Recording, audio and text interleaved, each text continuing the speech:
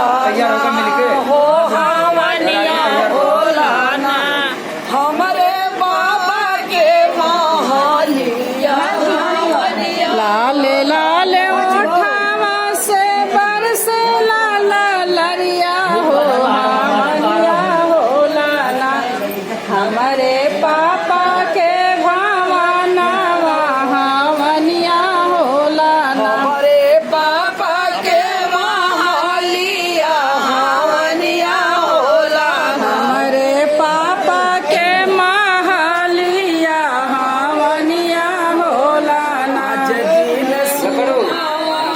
लागेला आज के दीनावा हो लागेला सुहाज के दीनावा हो लागेला पानी तो जला दे वीडियो में आज के दीनावा हो लागेला कल से है गुस्सा जा हावनिया होलाना हो हावनिया होलाना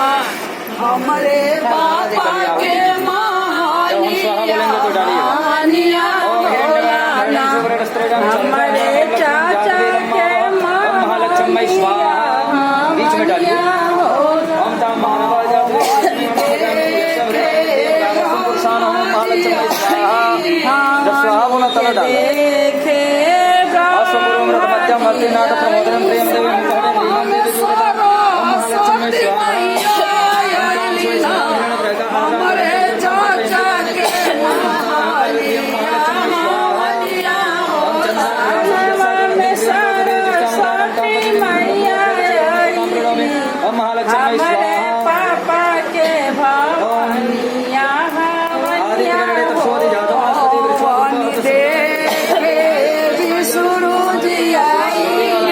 रमना देखे सूरज आई देखे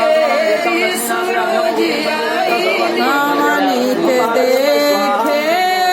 सूरज आई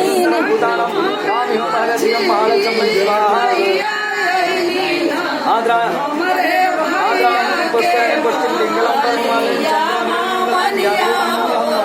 हमारे भैया के महलिया हावनिया होला हमारे भैया के महलिया हावनिया होला हमारे भैया के महलिया हावनिया होला नानी देखे बोले जियाई ने हावनी के देखे भोले जियाई हावनी देखे भोले जियाई हावनी के देखे भोले जियाई संगमा में गौरा मैया अइना हमरे भैया के भावना हावनिया तो ले ले वो हमारे भैया